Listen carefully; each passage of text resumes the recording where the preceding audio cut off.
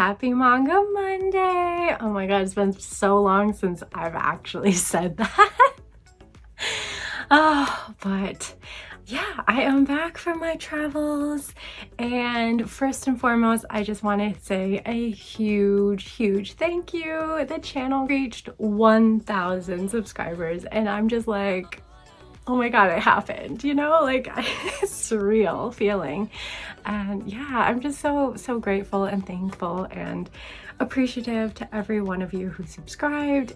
It means so much to me to see the channel growing, and of course all the lovely comments you guys commented when I put it up, thanking you on my community board, since I couldn't do a new video until this Monday, and I really wanted to thank you guys pretty soon after I hit 1,000. Like, yeah, so thanks again for all your kind words and your support. And yeah, I'm just like getting emotional because it's like, so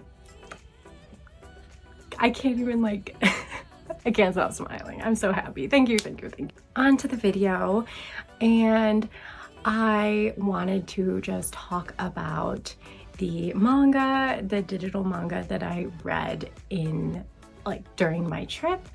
And of course I wanted to give you a kind of little bitty vlog. Editing Zoe here. I was a bit overconfident when I filmed. Yeah, because of a really bad migraine yesterday, and then obviously work and stuff earlier in the week and jet lag, I couldn't film until Saturday morning, and this video ended up being really long with adding in the vlog type portion talking about sites that I saw in Seoul and Japan. So I've decided to just cut that bit out, talk about the first volumes I read while on my trip still, and then give you a vlog-ish style video next Monday. So I am sorry about that. I just don't think I can edit all those video clips in a day and a half. So yeah, anyway, I'm saying that all to say, here's a first volumes review video. Enjoy! While I talk, I'm also going to be drinking a Japanese alcoholic beverage. It's not intense, it's 5% alcohol, but I just love these. Somebody said what they're called in Japan. Obviously I've already forgotten, but they're kind of similar to our seltzer type drinks here, but I just love these even more. They're so good. But yeah, so grab a drink with me if you want while I talk about the manga. In the airport, I read 2 manga. They're very similar. My Sweet Girl and Our Precious Conversations.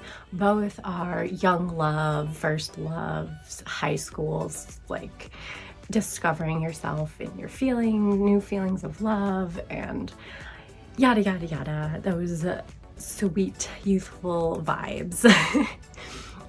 My Sweet Girl is about a girl who is very flat, I guess, who doesn't feel very feminine and girly and has a bit of a complex about that. While Our Precious Conversations is about a girl who has developed a crush on a guy, and it finally gets up the gumption, the courage to tell him, but he's just kind of like, why? And honestly, I liked both of these, but Our Precious Conversations was just a little bit more my style. It just had that adorable couple, they're both really awkward but sweet and well-meaning, but say the wrong things or do the wrong things, or misunderstandings, and it's funny. It's more rom-com energy. So yeah, well, My Sweet Girl had more of that shoujo vibe, but it also had cute and fun moments, so I did enjoy them equally well. And yeah, then moving on, while I was on the plane or waiting for my next plane, because I did take 2 planes to get to Seoul. I don't remember which. I read Complex Age. This was one that I said I wanted to read because I had almost pulled the trigger on buying it because it is in print here. And it's only like 5 volumes long, I think, but it was about a topic that I wasn't like, yeah, I'm not super into cosplay, to be honest. I've only done it once. I'm not like a huge, you know, that's just not something that is a big part of my relationship with manga and anime, is the cosplaying world, so I don't know a lot about it. And although I do like My Dress Up Darling, I kind of got into that more for the like cute romance, you know, vibes of that one. So this one doesn't seem to have much romance in it, more like a slice of life, but about cosplaying. So I wasn't sure if I'd enjoy it. That being said, I will not continue this one, and I am happy I didn't ever buy it. And no, it's not because it's about cosplay, because I did actually think it was kind of interesting. I do like learning about new things and like new perspectives on things that I don't know a lot about. So I would have liked it, except for I really didn't like our main protagonist. She's kind of a bully and a gatekeepy kind of vibe to her. Like, I just don't like that. Like, if I wouldn't want to be friends with you in real life, I don't really want to read about you usually. There's exceptions. There's like morally gray characters that like are in action or, you know, like adventure type stories that I just like more simp over and think are like, well, he's fun, you know, or she's fun, but like wouldn't want to be friends with them. But like in a slice of life, more rooted in reality story, she just comes across as a bitch. I gotta be honest. She is very like much giving that gatekeeper vibe of what I don't like in even the manga and anime community. And I guess I never really thought about it, but I'm sure that there are people like this in the cosplay community as well, sadly. And it's just like, they think they know best. They think like their portrayal of the character, or what they think a portrayal of the character should be, is the be all and end all. And if you do it wrong, and I'm wrong in quotations because like isn't that right or wrong? Or if you're just doing it for fun or as your first time and you're not like as committed as she is, then she's gonna give you the what for in the 10th degree and shit on you and be a bully towards you and mean. And it was just like, ooh, she came across so bad. So bad. I did not like her. I won't continue it because I just don't care. Like, maybe she grows, maybe she like learns to be a better human being, but like, I'm sorry, like, if you like something I don't like, that is fine. That's great. If it brings you joy, that's great. If you like dressing up as a character, or you like just wanted to try and like dress up as a character you enjoyed, you shouldn't be like admonished for not embodying the character 100%. It's just crazy. But yeah, so that one was a miss for me. Next up, we have this reincarnated cross-dressing princess won't be looking for a fiance. This is a new title. I believe it's slated to come out soon. End of April, maybe May. I don't remember off the top of my head, but I definitely think it's up for pre-order. And so again, I was interested in it. Well, I like this one, and it was definitely some muddier than I anticipated, which I did not mind. A little smut. This girl is supposed to be wed to this guy, but she's heard bad rumors about him, and also just like forced marriage isn't like her jam. And she wants to fall in love. So for some bizarre ass reason, her mom, the queen, gives her this ultimatum of like, okay, well, you go to this school, you cross-dress as a guy, and you find love. And then I'll let you off the hook and you don't have to marry this other dude. What? Weird. So she ends up getting in this weird entanglement, I guess, with this guy because he finds out her identity as the princess and a girl. And so that's a little bit like weirdly consensual, but like it's fiction. It's fine. She's definitely into it, you know, one of those type of things. And I did like it for the smut, and of course, like it, you know, all works out in the end.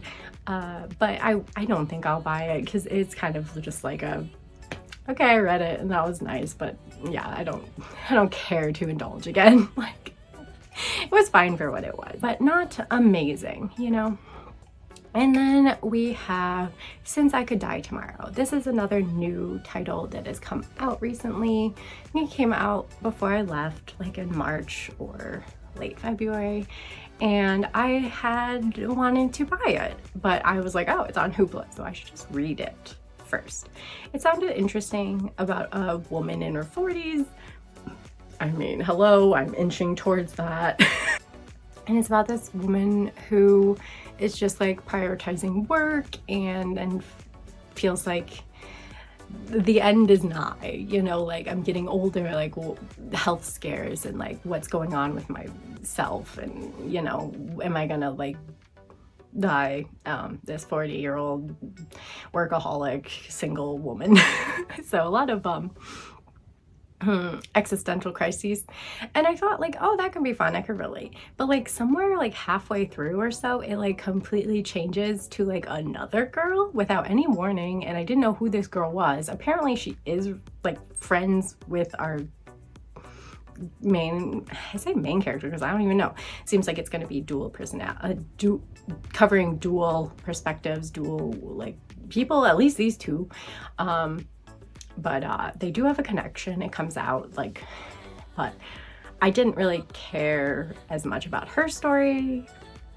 I didn't honestly connect that well with the first one either, to be honest with you. And then after that, we also get a like third girl, and I didn't know if this was just a one-off, like, but there's never any like clear shift or anything. It's just kind of like, oh, all of a sudden you're following the other girl, and I'm like, wait, is this the first girl? No, this is this completely different girl. Again, this one I didn't like the most. Like, it was about this girl who liked dressing up in like Lolita, or I think it was like gothic Lolita type clothes. Very interesting, very cool designs, and the whole like end of it, the like message of it, like, because like I can't see it any other way, is that eventually you need to grow up and leave your more youthful passions in the dust. That's how I saw it. She literally burns all her gothic Lolita clothes and moves on. Just because it, like, you reach a certain age doesn't mean you have to stop.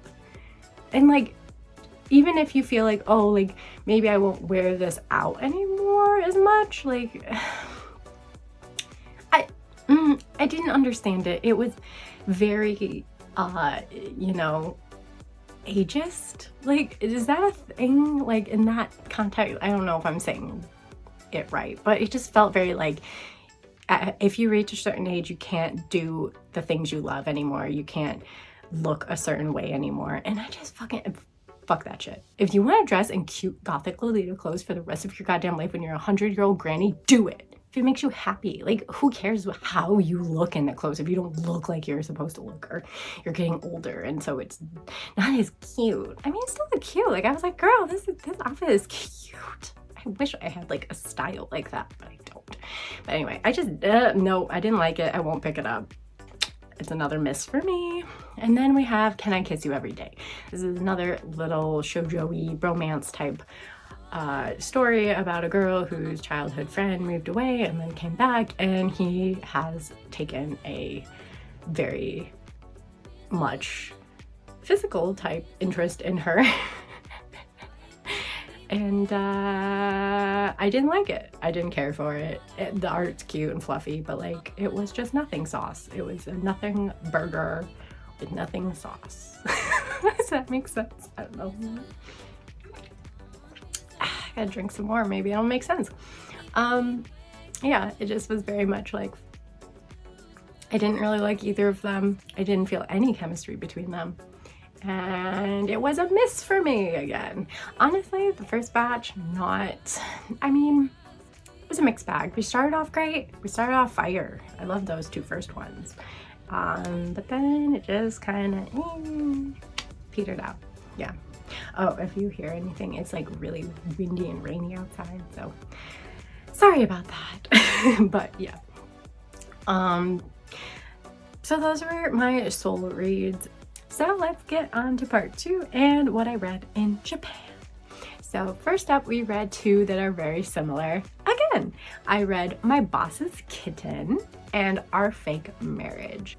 So they were both smutty titles. nice little smutty smut, and also like a kind of not forced proximity, but like situations being what they were, they ended up needing a place to stay, and these guys are just oh so gracious to allow them to stay with them. And then of course, you know, maybe some feelings develop, who knows, we'll see. For My Boss's Kitten, I thought the first volume was promising enough. She has just been dumped at her like wedding, like he like dipped on her on their like wedding day, I believe. It's so painful. Like I just don't know how you get that close and then you're like, nope. But you know, so she's very distraught, and then to make matters worse, the house that they were going to move in together, like she can't afford by herself, so she has to give it up. So she goes one night when she's feeling really depressed to the house because she still has the key before she thinks the owners will move in. And she goes in and she just like looks at how like she wished she could have lived in this house. And then surprise, surprise, her asshole boss is the guy who moved in, and he's already moved in, and he finds her in his house weeping, and she's just like, what the fuck? And you know, so of course he was a cold asshole. And then yeah, I read the first and then I read the second volume. I would say this was not one that's going to keep my attention. I don't care. They are moving too fast and they're already like together, and it loses my interest. Like it's like whatever, they're both kind of just boring now.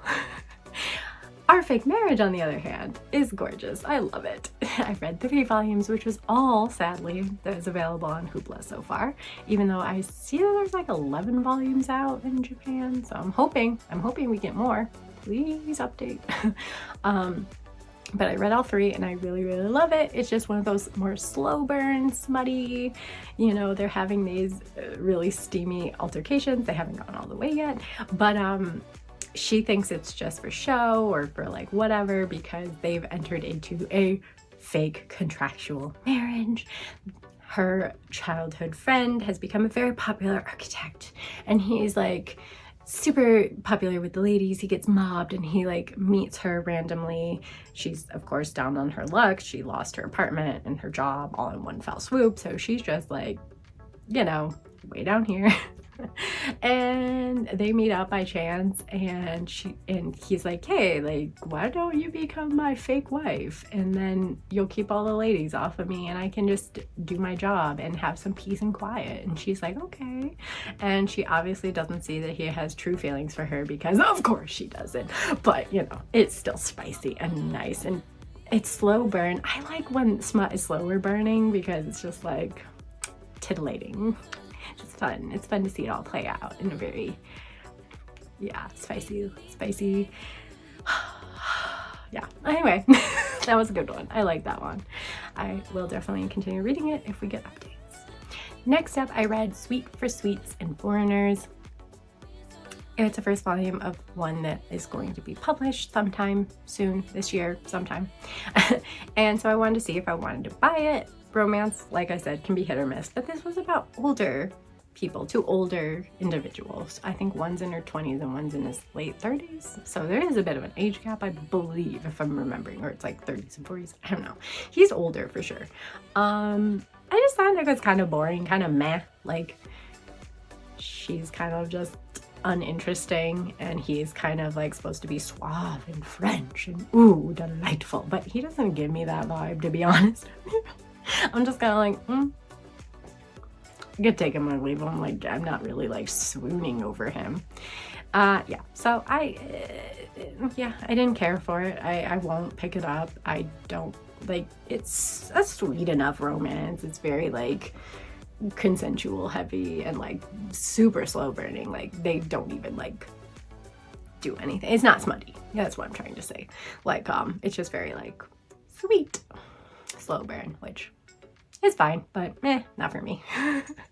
Next up, one that was for me was Flying Witch. Somebody recommended that one, and I'm so glad they did, because It was super, super, super cute. Oh, I loved it. I don't know why. Like, it's very slice of life. It's just about this girl who moves in with her cousins in the countryside to work on being a witch and honing her magic abilities and stuff.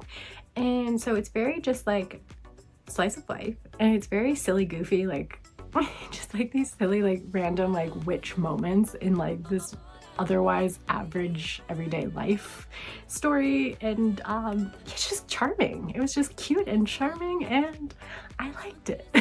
I gotta say, like, it was just refreshing. It was a refreshing read. Yeah, so thanks, kudos to whoever said they liked it and that they wanted me to read it, because I loved it. I definitely will try to pick it up at some point, but I'll probably just continue reading on in Hoopla for the time being. And yeah, it's very sweet and charming. I definitely think if you like fantasy slice of life stories at all, that you would like this cozy read. It's so cute. Next up, we have one that's like completely the other way from cute and charming and cozy. We have Kasane, which someone also mentioned sounded interesting to them. So I read that one. And I have to say, wow, that was an interesting concept. So all that we got for a summary was that this girl, Kasane, she was hideous and is made fun of and blah, blah, blah. And the power of lipstick that her late mother left her can change her life. I was of the mindset of either this is going to have a magical aspect to it and literally change your life, or like the webtoon, was it My True Beauty, something like that. It was gonna be like that, where like just the power of makeup was going to transform her life. No, it is the latter. Straight up magical lipstick. Interesting. She is hella hideous. Like, we're talking like an oni, like a demon, like something that you would see in a horror manga, but like one that is haunting our protagonist, not the protagonist. She has a very weird and creepy and deformed face, where everyone else has a normal face, and it's just like, what the fuck? So she's tired of being bullied. She's tired of being treated like shit, obviously, because she's so creepy, and she literally is. I mean, I don't want to be mean, but like, this is like going beyond like normal ugliness to like a very much like horror vibe. Yeah, so she remembers what her mom said about this lipstick. She puts the lipstick on, and there's not just to put the lipstick on, you have to activate it. You have to kiss the person. And then when you kiss this individual, you steal their face from them. I was just like, holy shit, that's intense. And that's so interesting. Like, such an interesting concept. You kiss someone, you steal their face, they look like her now. So they look like creepy as fuck. And she looks like a beautiful, popular girl, because that's of course the face she steals. And the first face she steals from, things happen, and then she finds out she doesn't get to keep the face, like her face reverts, and she doesn't know exactly why. She doesn't know the rules of the lipstick yet. She tries it again later on for just to have a moment in the spotlight. She also really likes theater. Her mom was a famous actress, and that's why no one believes she's her daughter, because she was beautiful and her daughter's so hideous. But yet there might be some more to this lore, that her mom may not always have been so beautiful. And in the very end, she goes back to her family's home for a funeral, I believe, and that's when she's approached by her mom's agent, and he seems to know a lot of things. So I think we're gonna get more answers and more like craziness. And yeah, it was definitely a horror with a really interesting twist, and I liked it. I would definitely read more. So that was a fun find. Next up, we have another one that was recommended to me, and that was I'll Be the Soul Sender. And I really enjoyed this one as well. I wouldn't say I enjoyed it as much as The Flying Witch.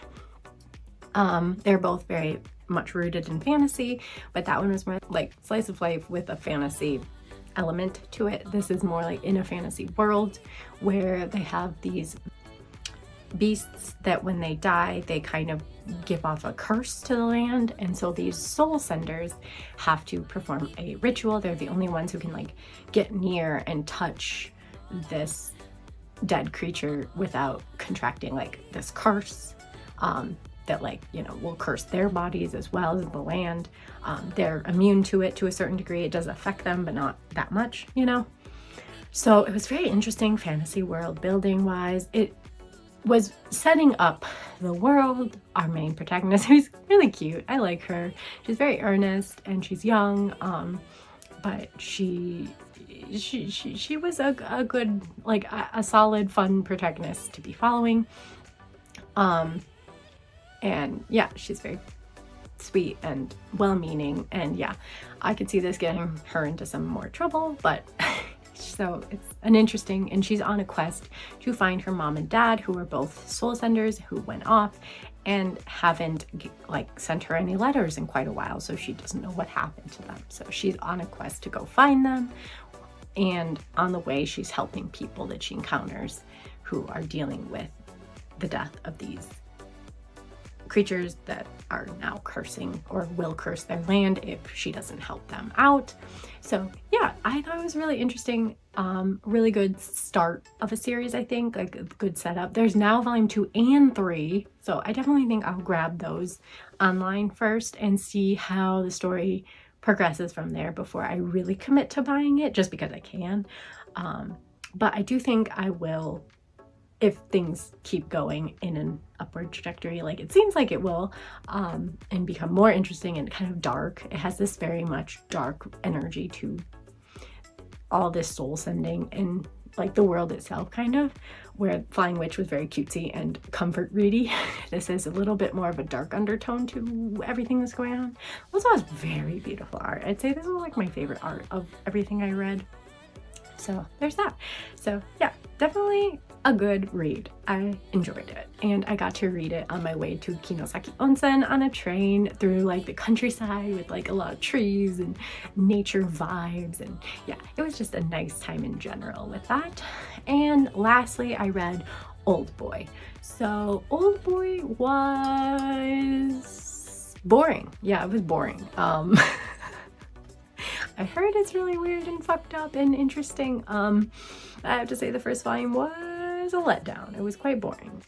Yes, it's like setting up a lot of things and whatever, but our main protagonist, I think, is what bored me the most. Like the concept's very interesting. He gets taken for, he doesn't know why, and put into this like black market type prison, like a prison you can pay for. So you can pay to like put yourself in it, and you can pay to put other people in it, but people usually don't put people in it for as long as he was put in it. But somebody paid for him to be put in there for 10 whole years and then let out. And so we see him just about as when he's getting let out of this shady ass prison, so-called prison. And it's very, he's just boring to me. He's not unhinged enough for having spent 10 years in solitude, in solitary confinement. And I wanted more unhinged. I wanted more crazy energy from him. And I think so did the guy who locked him up for 10 years. He's very, you see like a little bit of like that they're tracking him. Someone is tracking him, following his movements, you know, and he's just like, why the hell are you like basically the same? Like why did nothing change? And I was disappointed too. Give me crazy, morally great energy. I don't know. It didn't give me what I wanted it to give me from this first volume, I guess. So it was fine, but it was nothing special. And lastly, one I did start but I haven't finished because it's very long, is Nana and Kaoru. So I've been recommended this when I posted about Pleasure and Corruption, that I might also like this one as well, as a kinky kind of fun, steamy, strange read. And yes, it's kinky and fun, but it's not exactly my cup of tea for one reason. It's a fundamental reason, and I might continue reading it slowly, just see if dynamics shift or if anything happens. You know, I do find the steamy play quite fun. I do enjoy it, but the dynamic I don't care for, because if you noticed in my last video, which are my kinky and weird series that I, that are weird, but I love them anyway for being, strange, a little bit explicit, a little bit out there, and yeah. One thing that like Pleasure and Corruption and Sundome had in common, because those were probably the most similar to this one, is that both of them, the girls were in charge. The girls were calling the shots. The girls were making the guys do shit. I like that. I don't like the guy being in charge. Like, he's a fine, like, he's actually way more consensual, like, especially Pleasure and Corruption. She blackmails him. That's the start of their relationship. Their twisted bondage relationship is her blackmailing him, which is very non-consensual. Whereas this one, the girl ends up, Nana ends up putting on a certain outfit that he had ordered without his knowledge, and then gets stuck in it, so then has to tell him, and then realizes how thrilling it was and how like it made her excited, and then it also just put her right to sleep, and then she ends up acing the test the next day, and she's like, oh, this is like a nice little stress reliever. I want to keep doing this. So she ends up going back to him and requesting he give her like more things to do to stress relief, pretty much. And he ends up accepting, because of course he does, because he has a huge crush on her. And even though he's trying to be all like aloof and like, what the fuck, man. But yeah, he's just a simp. And yeah, so he will like come up with something for her to do, and then she doesn't have to follow along. She doesn't have to do it. He does say, if you don't want to do it, you just end it. But do it. Do this. Or end it. Like he gives her the option to end it. But then if she does it, he's like very like, this is what you need to do. You do this. Come on. And then he'll like praise her for doing really kinky things, which again are the fun bits. But I just don't like that he's the one telling her what to do. That's not what I like personally. Obviously, everybody has their own, especially with this type of kinky play. Everybody has their own thing. I'm a little bit more of a, I'm more of the, I want the girl to be the dominant person in this play, and she isn't. She's just going along with what he like sets up for her to do. It feels more like 2000 ecchi to me, which is fine. Like, there's nothing wrong with it. I watched a lot of ecchi back in the day, and read some of it too, but it's just like one of those things where I have less interest in it than, say, Pleasure and Corruption or Sundome, just because of those dynamics. But otherwise, it's a fun start to a kinky weird read. So yeah, if you also wanted another suggestion, go check that one out. But yeah, a lot of me babbling in this one, and it's probably going to be super long. So I'm gonna hurry up and finish this with, I should be coming out Friday or Saturday with an extra video on all the merch and the cute things that I bought for myself in Seoul and in Japan. So I hope you have subscribed and turn on notifications so you don't miss that extra video when it drops. And I hope you look forward to seeing all the cute, adorable anime and other things that I bought, because oh boy. I blame the rain and my cousin, who is very much an instigator and a type of personality that's like, we're in Japan, just buy it. And I just like, yeah. I blame her. No, just kidding. I blame my own lack of self-discipline. But yeah, hope you tune in for that one. And until next time, bye!